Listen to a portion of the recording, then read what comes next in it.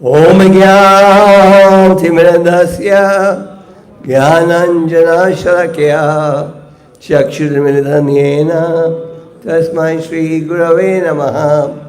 श्रीचैतन्यमनोभीष्टं स्थापितं येन भूतले स्वयं रूपा कदा मह्यं ददाति स्वपदनिं वन्देऽहं श्रीगुरो श्रीयुतापदकमलं श्रीगुरुन् वैष्णवंश श्रीरूपां सगजतं सहगना रघुनाथान्वितं तं सजीवं साद्वैतं सवधूतं परिजनसहितं कृष्ण चैतन्यदेवं श्रीराधा कृष्णपदान् सहगना ललिता श्रीविशाखान्वितं च।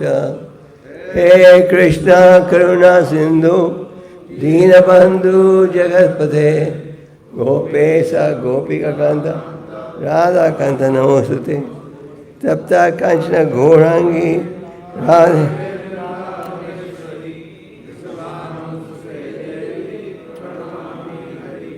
वांछा कल्पा तैवश्च कृपा सिंधु भयवच परितानं पवनेभ्यो वैष्णवेभ्यो नमो नमः।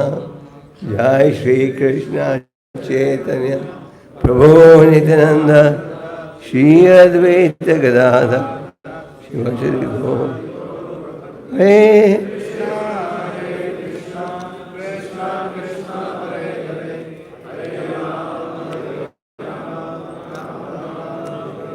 हरे कृष्ण। आज जैसे आप सब जानते हो शुभ दिन है, खास करके वैष्णव के लिए। क्या है आज? आज के दिन परम भगवान प्रकट हुए थे पृथ्वी पर। परम भगवान कहते हैं गीता में, जन्मा कर्म चामे दिव्यम एवं विधि तत्वतः। मेरा इस संसार में प्रकट होना अप्रकट होना दोनों ही दिव्यम है। इसका क्या अर्थ? इसका ये अर्थ है कि मैं दूसरों के समान नहीं हूँ और मैं जो हूँ प्रकट होना और प्रकट होना दोनों ही दिव्य में। कोई भगवान की तुलना नहीं कर सकता। उदाहरण के लिए इन दो श्लोकों में आपने पढ़ा है कि जब भगवान प्रकट हुए किस रूप में प्रकट हुए। भगवान ने देखा उनके माता पिता कहाँ थे? जेल खाने में। वासुदेव देवकी उन्हें कंस से कैदी बना दिया था। क्यों? क्योंकि कंस को सूचना प्राप्त हुई थी आकाशवाणी द्वारा कि तुम्हारी बहन जिसको तुम जा रहे हो अपने घर में छोड़ने से वो उसका 8वां बेटा 8वां बच्चा आपकी मृत्यु का कारण बनेगा। कम से बड़े कुछ बुद्धि के थे और वो तो कुछ भी करने को तैयार थे, पर वासुदेव ने बड़े इशारे के साथ उनकी बहन की रक्षा की। तो परम भगवान जब प्रकट हुए उनके समक्ष तो कैसे प्रकट हुए?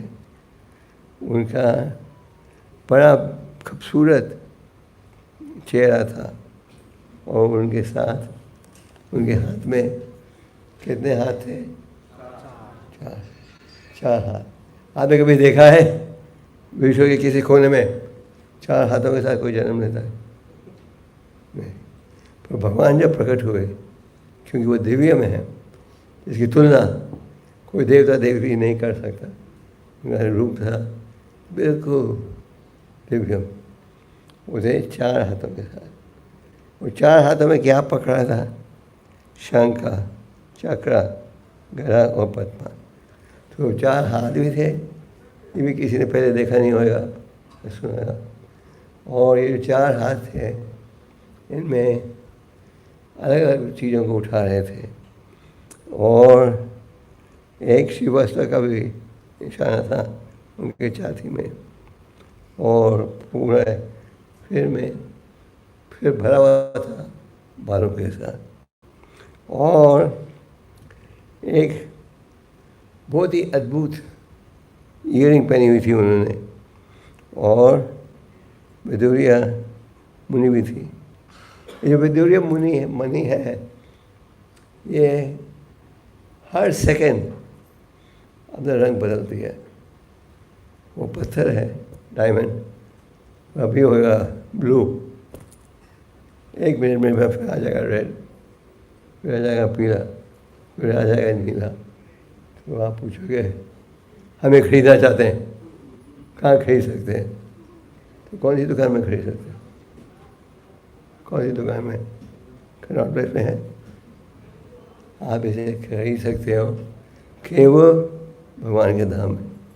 केवल भगवान के धाम में ये विदुरिया मणि आप प्राप्त कर सकते हो, और किसी साधारण स्थान में नहीं। तो उनका शरीर सज विदुरिया मणि के साथ, वो परम भगवान जब प्रकट होते हैं अपने दिव्य रूप में।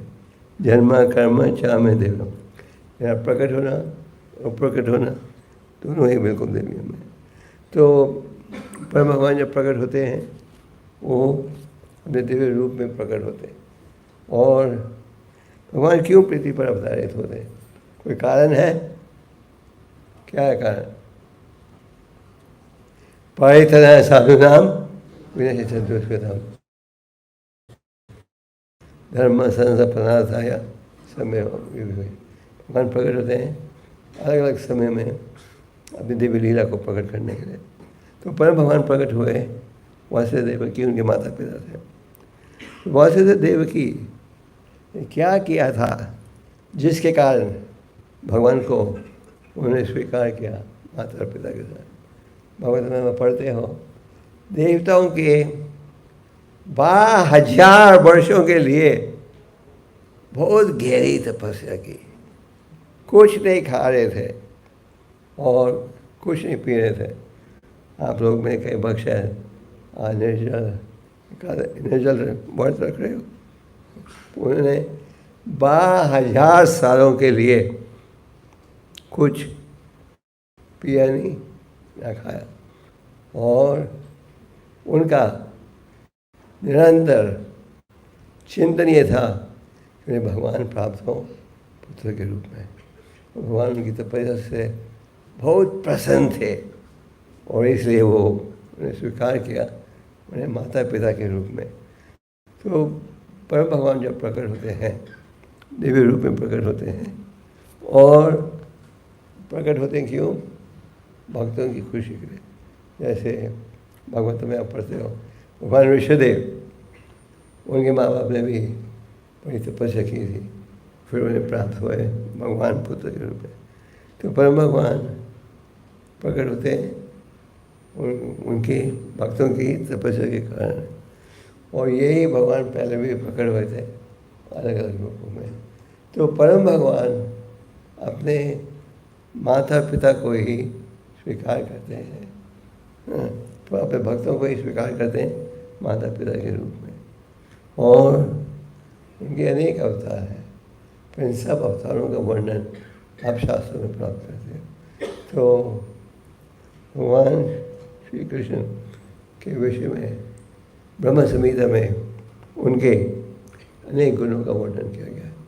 ब्रह्म संहिता में क्या ब्रह्मा जी कहते हैं? क्या अद्वैताच्युतम अनादि अनंत रूपम, भगवान के अनेक लक्षण हैं जिनमें एक है अद्वैता और दूसरा अच्युत। अद्वैता उनके ध्येय, उनमें कोई अंतर नहीं। हमारे ध्येय में हमें अंतर है। पर भगवान के विषय में ब्रह्मा जी कहते हैं अद्वैतम अच्युतम, वो कभी गलती नहीं करते। इंग्लिश में कहते हैं टू एयर इज ह्यूमन, गलती करना इज नॉर्मल। परम भगवान के विषय में कहा गया है अछूता, बिल्कुल गलती नहीं करते। आज भी आप उनके भगवद गीता को पढ़ते हो जिसका वर्णन हजारों साल पूर्व हुआ था। तो क्योंकि वो हैं अछूता, अनादि अनंत रूपम, उनमें वो अपने आप को अनेक रूपों में प्रकट करते हैं। हम भगवान की दिव्य लीलाओं को भौतिक बुद्धि से समझ नहीं सकते। हम उनको समझना है तो क्या है माध्यम, क्या है? सेवो मुख्य ही जीवन, सिर्फ सेवा के माध्यम से तुम भगवान को समझ सकते। तो अनंत रूपम, भगवान के अनेक अवतार हैं और इन सब का वर्णन शास्त्रों में है।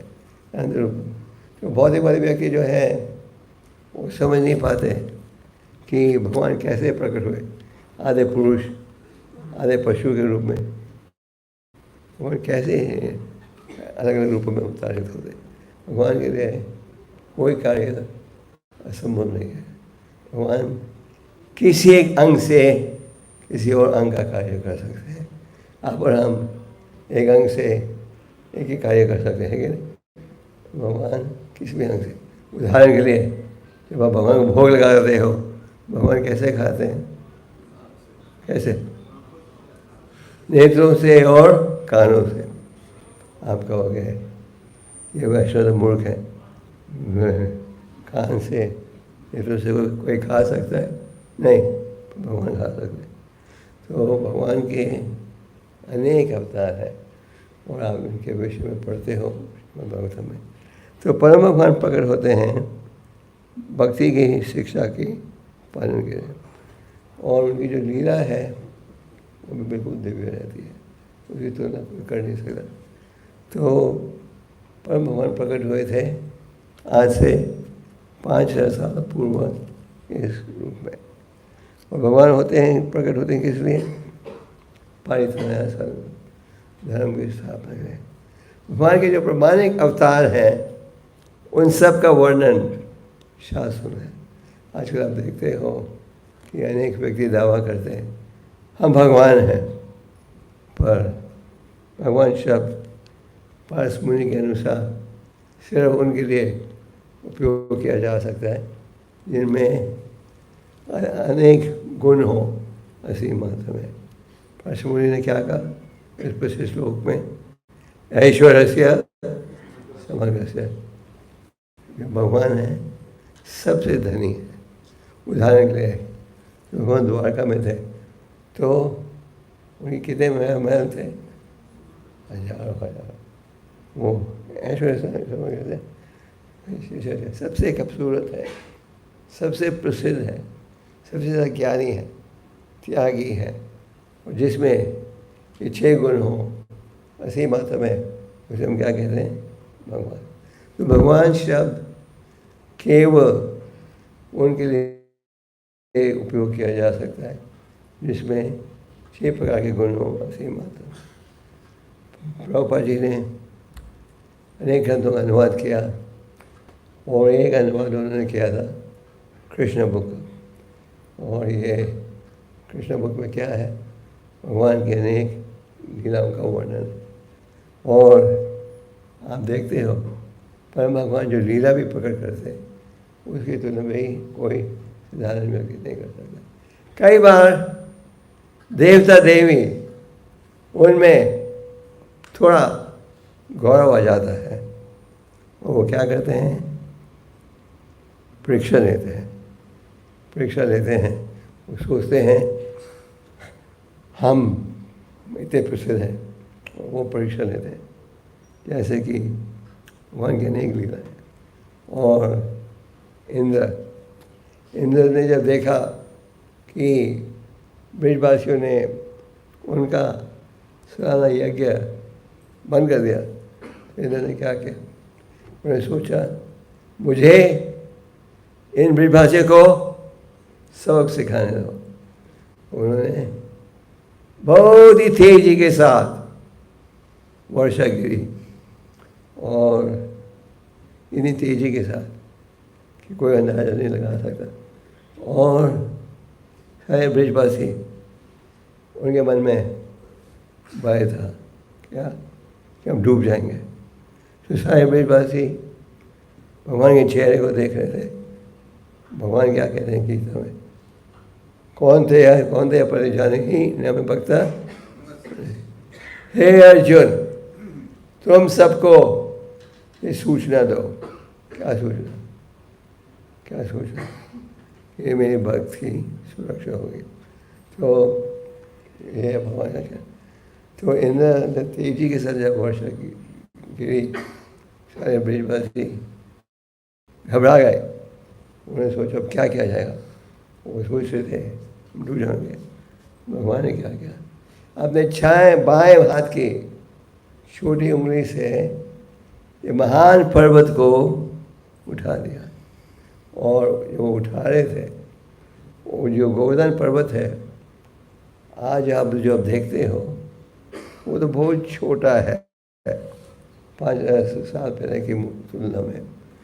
5,000 साल पहले जो गोवर्धन पर्वत था, इसका टॉप था आकाश तक। ये आकाश आप जाओ, बड़े आराम से देख सकते हो उसके टॉप को।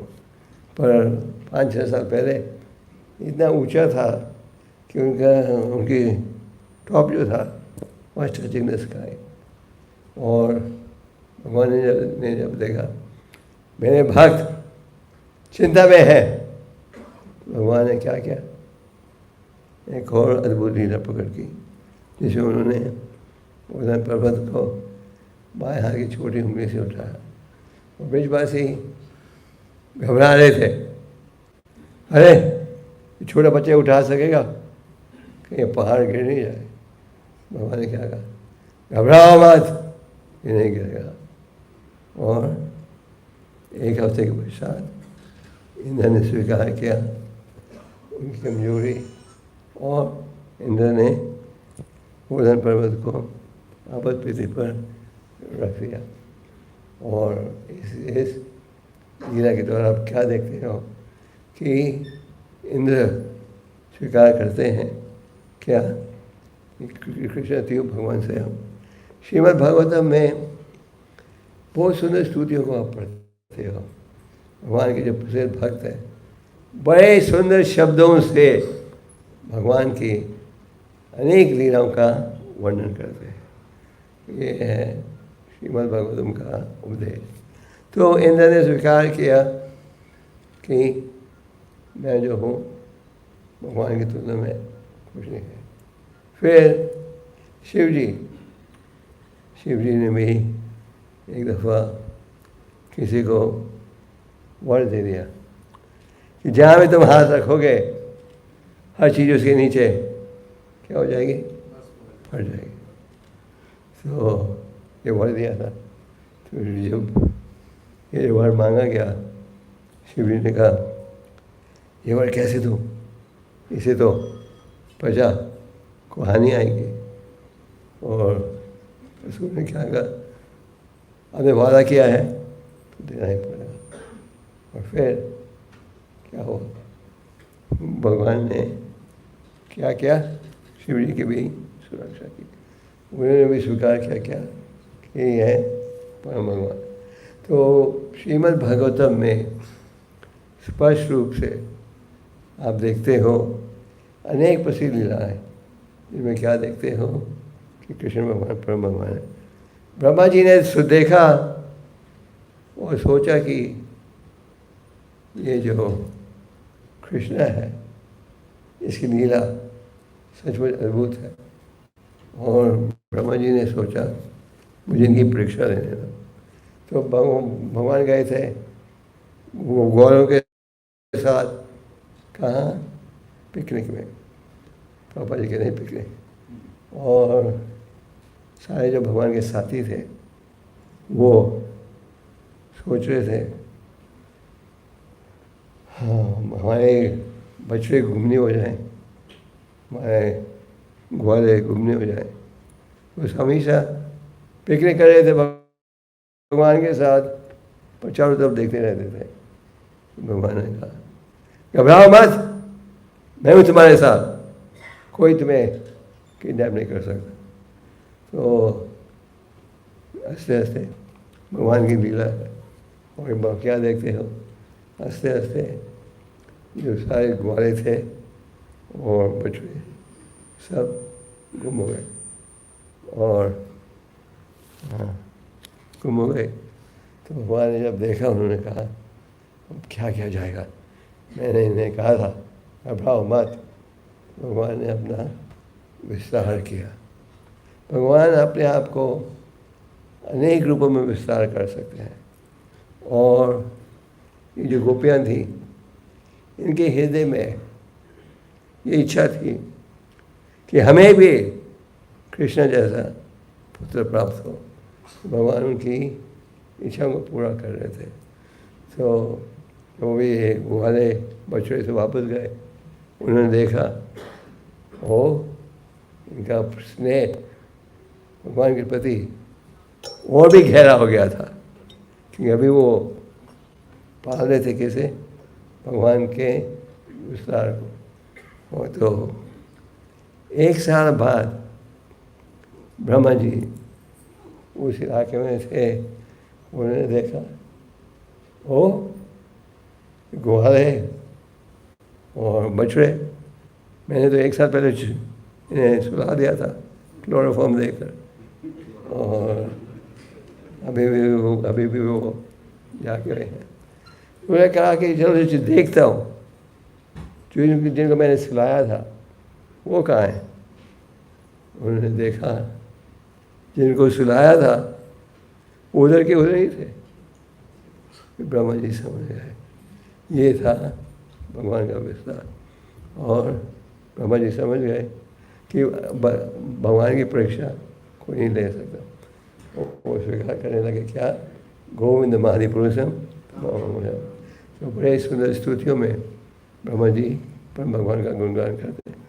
तो कई बार लोग कहते हैं तुम्हारे कृष्ण वाले बड़े नैरो माइंडेड हो, खाली कृष्ण में मानते हो बाकी में नहीं। पर ये है शास्त्रों का वर्णन, ईश्वरा पारमा कृष्ण सचिदानंद विग्रह अनादि आदि गोविंद अनेक ईश्वर हैं। ईश्वर मीन्स कंट्रोलर, अनेक ईश्वर हैं, पर एक ही है परमेश्वर। और सर्व करना खाना वो सबके कारण है, तो उनका कारण कोई नहीं है। तो ब्रह्मा जी भी स्वीकार करते हैं अपनी स्तुतियों में कि कृष्ण त्यू भगवान से। ब्रह्मा जी एक बार गए थे द्वारका, और द्वारका गए थे, उन्होंने द्वारपाल को कहा भगवान को कहो ब्रह्मा मिलने आया है। तो जब वो गए भगवान के पास, ब्रह्मा आपसे आपको मिलने आया है। तो भगवान ने कहा कौन से ब्रह्मा आया है, कौन से ब्रह्मा। तो ब्रह्मा जी वापस आए और उन्होंने कहा आप कौन से ब्रह्मा हो। ये ब्रह्मा बड़ा आश्चर्य हो गए, इसका मतलब है मेरे अलावा और भी ब्रह्मा है। तो जब वो गए भगवान का दर्शन, उन्होंने पूछा भगवान ने पूछा ब्रह्मा क्या सेवा कर सकता हूँ। ब्रह्मा ने कहा मैं आपको ये पूछने से पहले ये पूछना चाहता हूँ मेरे अलावा और कोई ब्रह्मा भी है पृथ्वी पर। और ब्रह्मा ने भगवान ने उत्तर देने से पहले तुरंत उसी महल में हजारों ब्रह्मा प्रकट हुए, और लाखों, कईयों के लाखों सिर थे, कईयों के करोड़ों सिर थे, और हमारी पृथ्वी के ब्रह्मा के सबसे कम 4 सिर। और फिर उन्होंने कहा, वो समझ गए कि ये हाथियों के बीच में एक मक्खी जैसे, हाथियों के बीच में एक मक्खी हो तो उसका कुछ वैल्यू रहते। तो श्रीमद् भागवतम के अनुसार कृष्ण त्यू भगवान स्वयं। तो ये हमारी कल्पना नहीं है, ये है शास्त्रों का प्रमाण। और शास्त्रों का प्रमाण क्या है, कृष्ण त्यू भगवान स्वयं। तो जब वासुदेव ने देखा कि परम भगवान प्रकट हो गए हैं, वो क्या कारण है कि वासुदेव देव की जेल में थे, उन्होंने अपने दिव्य रूप में प्रकट हुए, क्योंकि भगवान अपने माता पिता को ये यकीन दिलाना चाहते थे अब मैं प्रकट हो गया हो, डोंट वरी। क्योंकि उनके मन में सदा चिंता थी कि इस बेटे को कुछ नुकसान नहीं पहुंच जाए। तो भगवान प्रकट हुए अपने दिव्य रूप में। माता पिता ने जब देखा ये दिव्य रूप में प्रकट हो रहे हैं, क्षत्रिय राजा में रिवाज था, जब कोई पुत्र जन्म लेता था तो उसकी खुशी में बहुत बड़ी पार्टी होती थी और दान देना गायों का, वो बहुत ऐसे भाव थे। पर कहाँ वासुदेव देवकी वो लोग किसको बताना नहीं चाहते थे कि भगवान प्रकट हो गए। तो उन्होंने क्या किया, मन ही मन में 10,000 सजी गायों को बांट दिया। किसे? ब्राह्मणों को। तो आप श्रीमद् भागवत में पढ़ते हो कि अगर आप ऐसी स्थिति में हो जहाँ कि आप भगवान की सेवा श्री द्वारा नहीं कर सकते, तो आप मन ही मन में कर सकते हो। पर इसका ये अर्थ नहीं आप जप मारना शुरू करो और मन ही मन में हो, इसको हमारा होगा।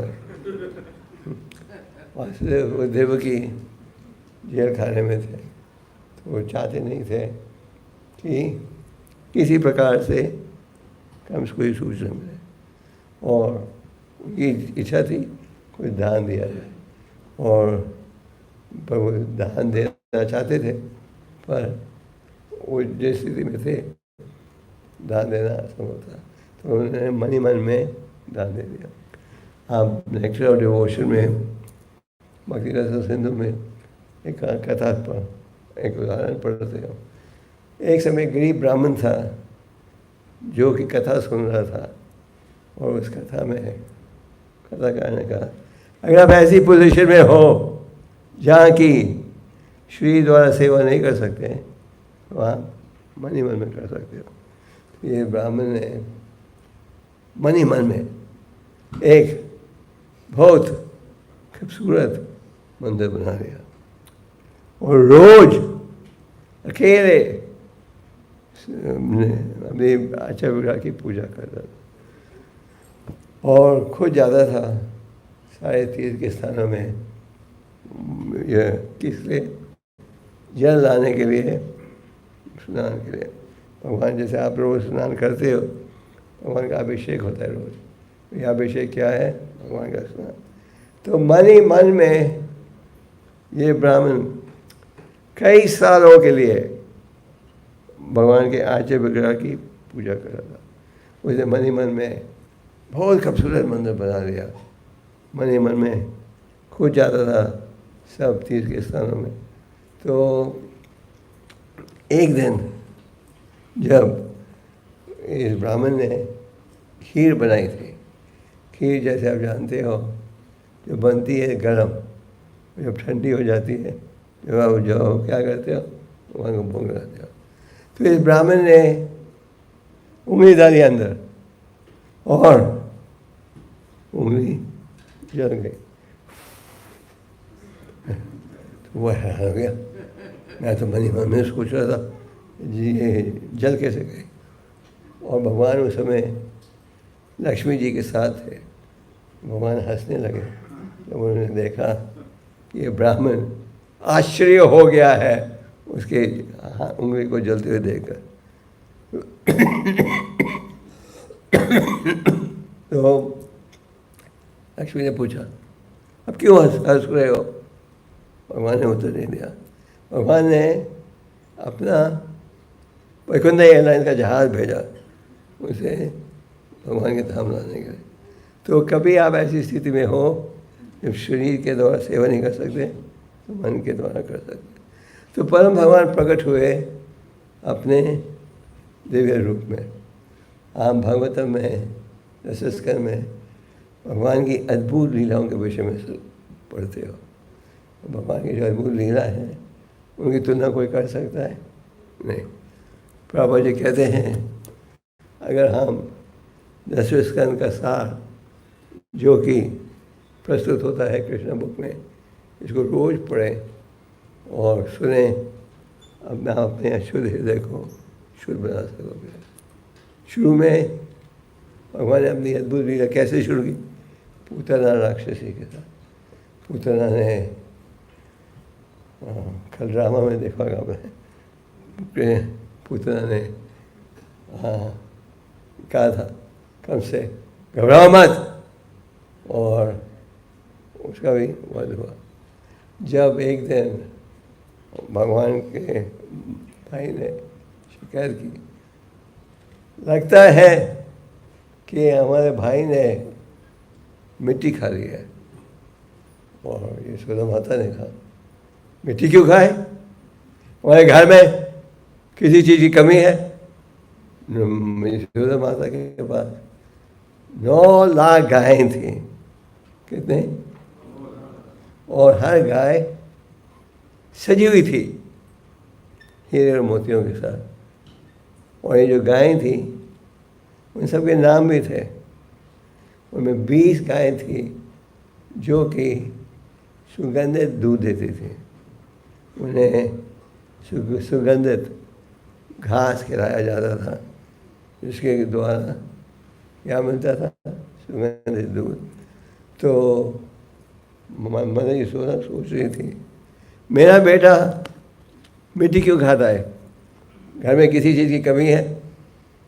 और जब भगवान घर आए तो माता ने कहा, सुना है तुमने आज मिट्टी खाई है, हमारे घर में किसी चीज़ की कमी है?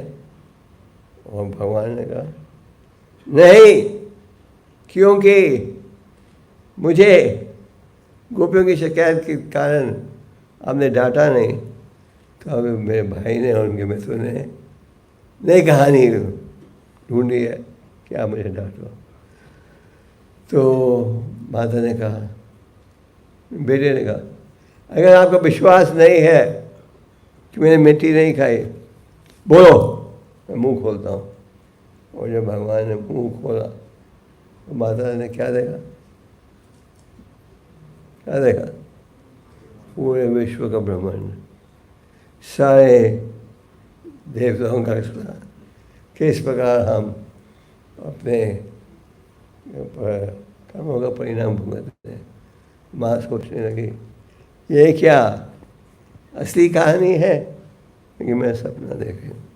तो परम भगवान के अनेक लीलाएं हैं जिनके द्वारा आप देख सकते हो कि वो हैं परम भगवान।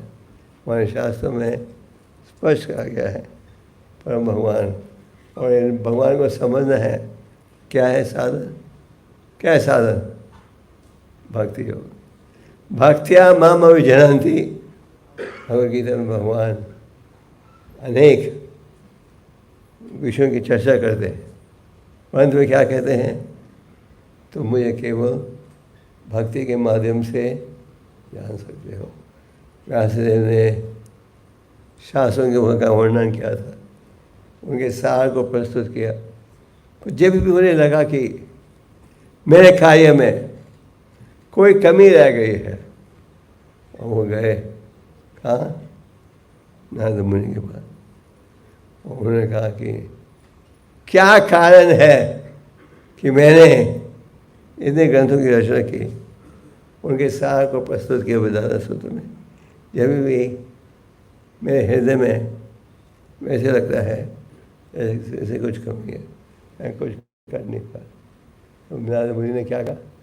तुमने केवल शुद्ध भक्ति पर बल नहीं दिया। जिसके पश्चात उन्होंने हमें क्या दिया? श्रीमद् भागवतम।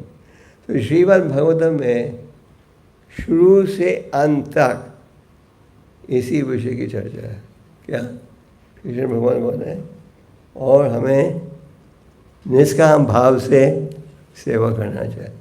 कृष्ण भक्त निष्काम अतएव मुक्ति मुक्ति सिद्धि कामी सकारी। तो चेतन चेतन में कहा गया है, कृष्ण भगवान का जो भक्त है, जो निष्काम भाव से जुड़ते हैं, वो हमेशा शांत रहेंगे। और उसकी तुलना में मुक्ति मुक्ति सिद्धि कामी जो दूसरे हैं कर्म करने इत्यादि वाले, वो हमेशा निराश रहेंगे। तो श्रीमद् भागवतम का वर्णन क्या है? क्या है वर्णन? शुद्ध भक्ति उपाय है। पर 10वें स्कंद में 11वें स्कंद में परीक्षित महाराज ने पूछा, ये बताइए इस कलयुग में लोगों का उद्धार कैसे होगा? ये था किसका प्रश्न? परीक्षित महाराज का।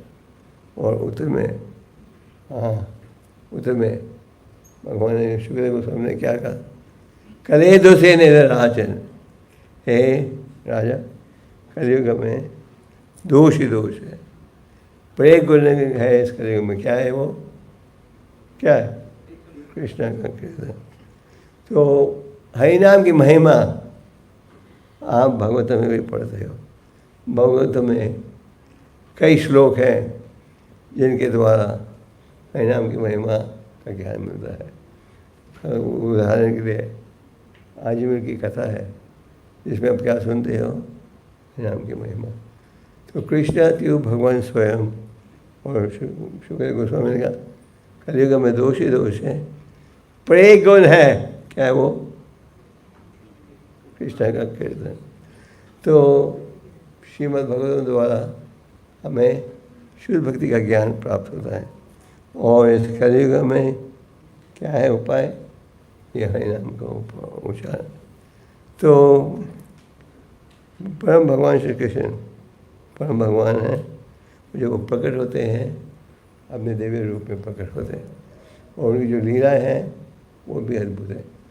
कई कई अंग्रेज़ों के राज्य के समय कई स्कॉलर उनके भारत आए थे, उन्होंने संस्कृत भाषा सीखी और फिर अनुवाद किया वैदिक साहित्य का। अनुवाद में ये स्थापित किया, ये सब जो वैदिक साहित्य का इतिहास है, this is Kalpana, mythology, this is not true. पर जो भक्त जुड़ते हैं भक्ति में वो भगवान को समझ सकते हैं, भौतिक इंद्रियों से आप नहीं समझ सकते। तो कृष्ण थी भगवान स्वयं। यहाँ आप देख रहे हो कि वासुदेव देवकी कहाँ है, जेल में है, और भगवान प्रकट हुए हैं। और किस लिए, अपने भक्तों की सुरक्षा के लिए। आप अनेक उदाहरण पढ़ते हो, सुनते हो। एक बार दुर्योधन जंगल में थे, वो गए थे, हाँ किसके पास, दुर्वासा मुनि, वो गए थे दुर्योधन की। दुर्योधन ने बड़ी अच्छी तरह देखभाल की। फिर चलते हुए दुर्योधन ने पूछा, दुर्वासा मुनि ने पूछा, मैं कोई सेवा कर सकता हूँ तुम्हारे बदले में? तो दुर्योधन ने कहा, जैसे आपने मेरे घर को पवित्र बनाया है, मैं चाहता हूँ कि तुम मेरे भाई के घर को भी पवित्र बनाओ। पर उनके घर आप जाना केवल दोपहर के भोजन के समय के बाद। क्यों? क्योंकि जब पांडव भाई द्रौपदी जंगल में आ रहे थे तो सूर्य के देवता ने उन्हें एक वर दिया था। उन्होंने उन्हें एक अक्षय पत्र दिया था। ये कहा था, ये जब तक द्रौपदी खाना नहीं खाएगी, ये अक्षय पत्र के द्वारा तुम लाखों लाखों लोगों को भी खिला सकते हो। एक बार उसने खा लिया तो फिर कुछ नहीं मिला। तो दुर्योधन को ये पता था। दुर्वासा मुनि उनके विषय में अब क्या पढ़ते हो, सरलता से क्रोधित, सरलता से कृपा। तो जैसे दुर्योधन ने कहा था, ये पहुँचे युधिष्ठिर के घर, और युधिष्ठिर ने स्वागत किया, बोला आओ खाओ, प्रसाद खाओ।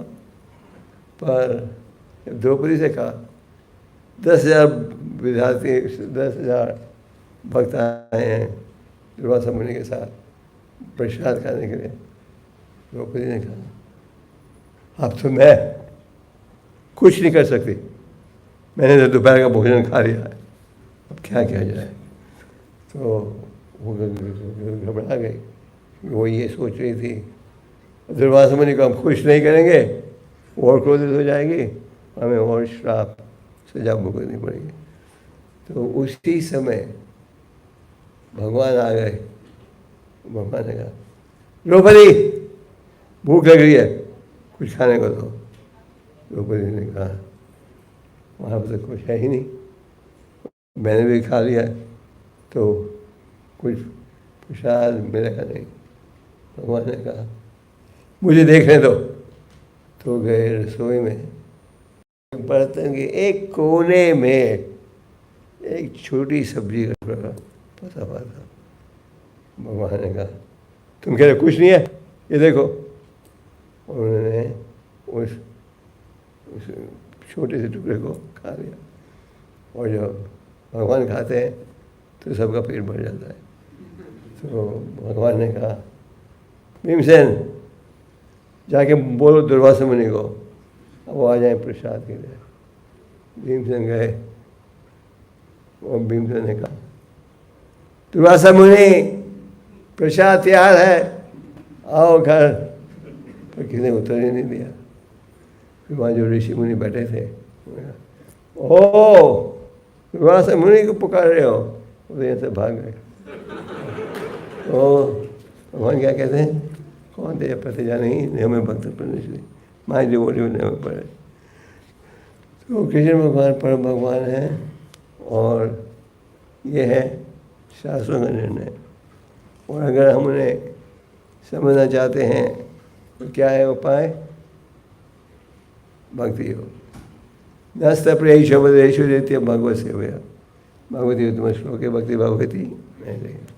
अगर आप ध्यान से भागवतम को पढ़ोगे सुनोगे तो क्या होगा, हृदय की मैल निकलेगी और भक्ति भावना, भक्ति के प्रति आकर्षण बढ़ेगा। इसके लिए मंदिरों में ये रोज़ भगवतम की क्लास होती है। जो घर में रहते हैं उनको भी प्रयास करना चाहिए और भगवतम का अध्ययन करने से, और करने से क्या लाभ होगा, जिंदगी में निकलेगी और भक्ति के प्रति आकर्षण बढ़ेगा। जब हम भक्ति योग में आते हैं हमारा लक्ष्य क्या होना चाहिए, क्या प्राप्त करें, हमारा प्रयास होना चाहिए कि हरि नाम में रुचि बढ़े। और हरि नाम में रुचि कैसे बढ़ेगी, कैसे बढ़ेगी, हरि नाम लेने से। जितना लोगे उसी मात्रा में आकर्षण बढ़ेगा और हरि नाम में रुचि बढ़ाएं। शास्त्रों के अध्ययन में रुचि बढ़ाएं। शास्त्रों के विषय, शास्त्र में रुचि कैसे बढ़ेगी, कैसे, शास्त्र पढ़ने से। पढ़ोगे तो रुचि बढ़ेगी, पढ़ोगे नहीं रुचि नहीं बढ़ेगी। और विनम्रता का भाव ये भी आवश्यक है। सिद्धार्थ भी सुनी चाहिए ना, थिरोर भी सहना हमारी न माना देना कितनी जल्दी सर। चैतन्य महाप्रभु ने कहा सिद्धार्थ भी सुनी चाहिए ना। ये श्लोक का बड़ा गहरा संदेश है और अगर हम ये करें तो फिर कितनी जल्दी सदा है। तो आज के शुभ अवसर पर हमारा निर्णय ये होना चाहिए कि हम भगवान के शरणागत हो, हम उनकी शिक्षा को समझें, उनकी आदेश के अनुसार कार्य करें। और ये भावना होगी तो बिना शंका के भगवत प्रेम प्राप्त होगा। जैसे रूपा गोस्वामी कहते हैं, अधो श्रद्धा तथा साधु। सबसे पहले हमारे हृदय में ये श्रद्धा होनी चाहिए, क्या, कि हम भगवान के शरणागत होना चाहते हैं।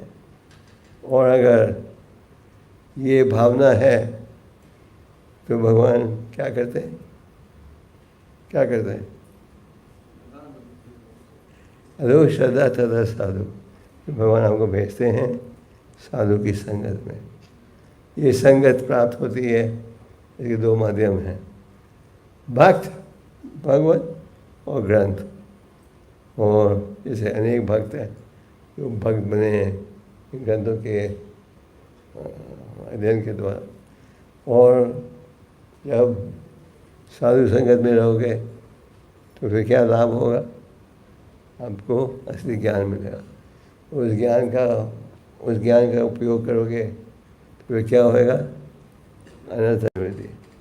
जो हमारे आध्यात्मिक जीवन के शत्रु हैं उनका वध होगा और अंत में क्या होगा, कृष्ण प्रेम। तो ये सब निर्भर है हमारे प्रयास के ऊपर।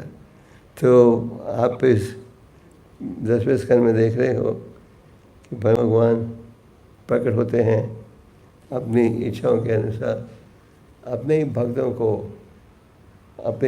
को माता पिता के रूप में स्वीकार करते हैं। और भगवान के लिए कोई कार्य असंभव नहीं है, कोई भी। तो अगर आप सोचो कि नहीं ऐसी दिव्य लीला नहीं प्रकट कर सकते, वो गलत है। भगवान के लिए कोई कार्य असंभव नहीं है। और परम भगवान को आप समझ सकते हो कैसे? सेवा के माध्यम से। तो परम भगवान का प्रकट होना दोनों ही दिव्यों में है। जितनी श्रद्धा से आप पढ़ोगे उतनी तेजी के साथ भक्ति में आगे बढ़ पाओगे। प्रभुपाद कहते थे, you take 1 step towards Krishna, you will take 10 steps towards you। मतलब थोड़ा प्रयास करोगे, ये निर्णय करोगे। आज जन्मोत्सव का शुभ अवसर है और हमें ये निर्णय करना चाहिए कि हम भक्ति में आगे बढ़ें, भगवत प्रेम बढ़ाएं। और भगवत प्रेम बढ़ाने का साधन है हरिनाम को उच्चारण। श्रीमद स्वाकत कृष्ण पुण्य श्रवण कीर्तन वेदांत स्वबधानी विदुनोति सुरसुतो। क्या भगवान के दिव्य नामों का श्रवण करोगे तो क्या होगा? देखिए मेरा निकलेगी। तो हमें ये निर्णय करना चाहिए कि हमें प्रयास करना है कि हम भक्ति में आगे बढ़ें, जिसके द्वारा जो अनर्थक हैं वो क्या होगा? वो साफ हो जाएंगे। चेतन ब्रह्मार्जनम, हम उस मंत्रों में शिष्टाश्रय का उच्चारण करते हैं। सबसे पहले श्लोक में भगवान क्या कहते हैं? चेतन ब्रह्मार्जनम निर्माण। भगवान के नामों के द्वारा क्या लाभ होता है? क्या लाभ होता है? ये देखिए जो मैल है ये दूर हो जाती है। तो हम सबका प्रयास रहना चाहिए कि हम भक्ति में भगवान आगे बढ़ें। और भक्ति में आगे बढ़ोगे, भक्ति का बुखार बढ़ेगा तो क्या घटेगा? क्या घटेगा?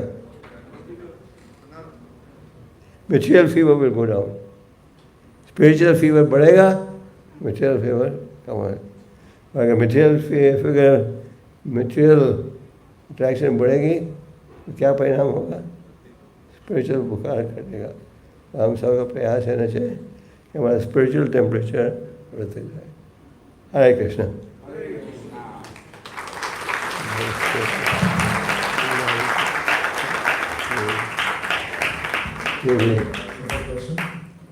We can take few.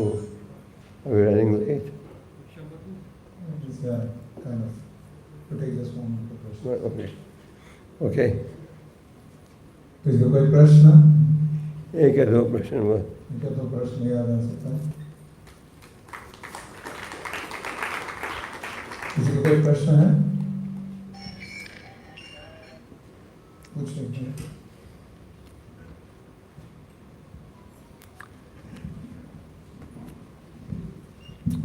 Very good drama yesterday.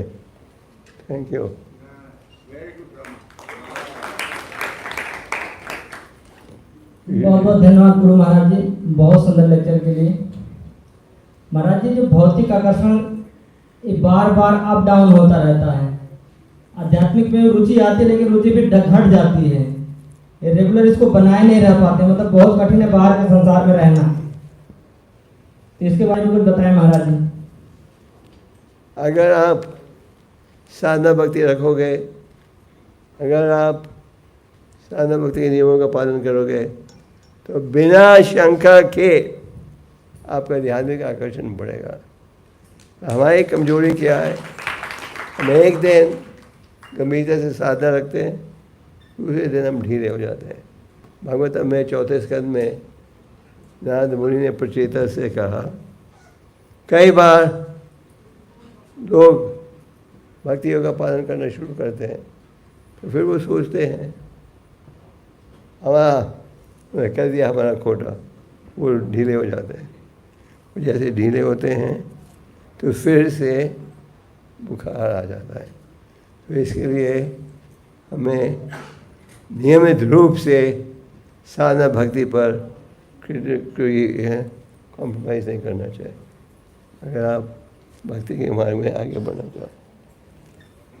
ये जो नियम है ये सबके लिए है, कोई एग्जेम्पशन नहीं है। आप चाहे विदेश में हो, भारत में हो, किसी कोने में हो, ये जो शास्त्रों का उपदेश है ये सबके लिए है। Okay, any more question? Yes,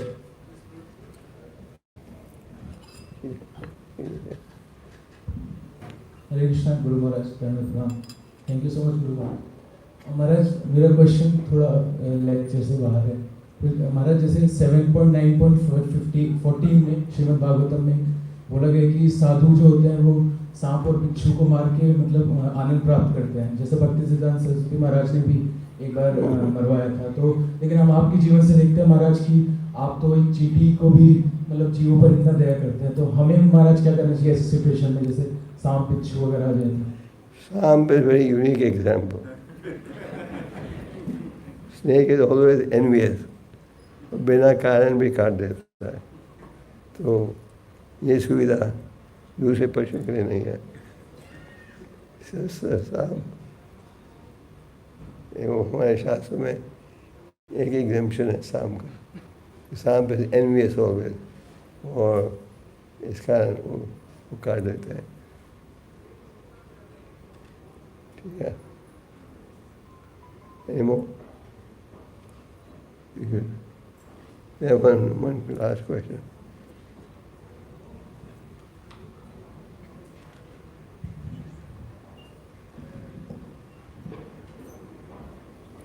Hare Krishna Guru Maharaj, thank you very much for the beautiful lecture.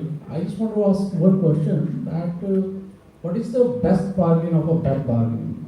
What is the best part? What is the best bargain of bad bargain? I'm sorry. What is the best part? Best bargain of bad bargain.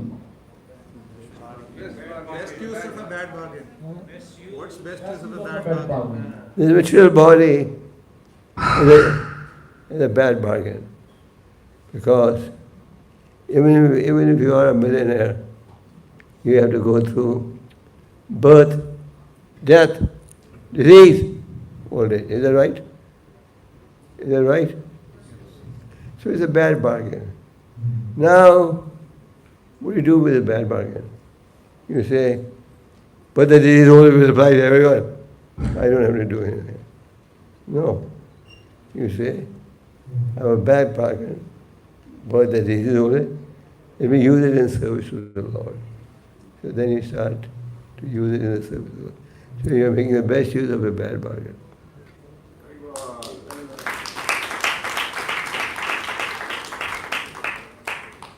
The material life is बेकार का सौदा, उसका ठीक उपयोग करो वह भगवान की सेवा में।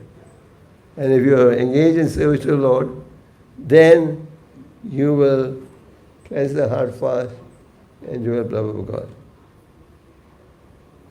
Okay? Okay. Thank you.